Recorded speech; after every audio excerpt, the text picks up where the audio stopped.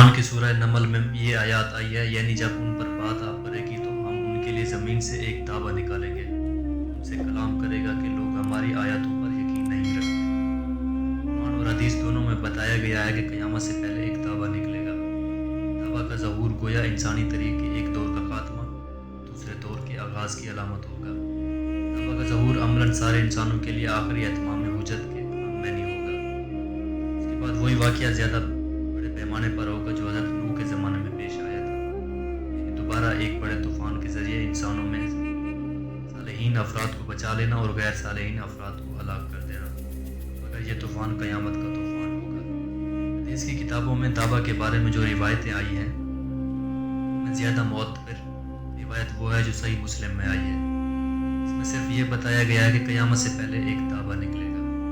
اس روایت میں ان باتوں میں سے بات نہیں جو دوسری روایتوں میں آئی ہے، مثلاً تابہ کے ساتھ موسیٰ کا عیسیٰ ہونا اور سلمان کی چھتری ہونا وغیرہ۔ دوسری روایات میں کافی تعارف پایا جاتا ہے، اس لیے محقق علماء نے صحیح مسلم کی مذکورہ روایت کے مطابق دوسری روایتوں کو عام طور پر ضعیف قرار دیا ہے، مثلاً امام زاری، امام الوسی، علامہ البانی وغیرہ۔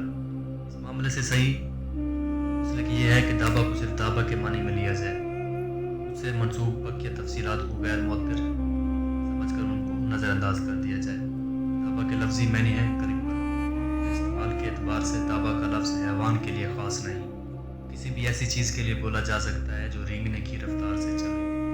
تابہ کا لفظ قدیم زمانے سے رائج ہے۔ قدیم زمانے میں دشمن کی قلعے تک پہنچنے کے لیے یہ کرتے تھے کہ انورٹ یو کی شکل میں ایک گاڑی بناتے تھے جس کے نیچے پہیہ لگا ہوتا تھا۔ فوجی اس کے اندر داخل ہو جاتا اور پہیے کے ذریعے چلاتا ہوا قلعے کی دیوار تک پہنچ جاتا، پھر قلعے کی دیوار میں نقب لگا کر اس کے اندر داخل ہو جاتا۔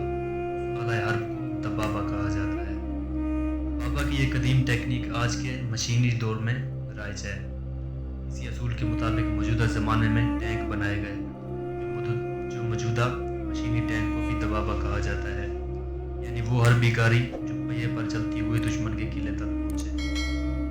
امریکہ کے ناولسٹ جیمس بیلڈوین نے اپنی ایک کہانی میں کشتی کے بارے میں یہ الفاظ لکھے ہیں: "The old boat, paper over the water, no faster than a snail."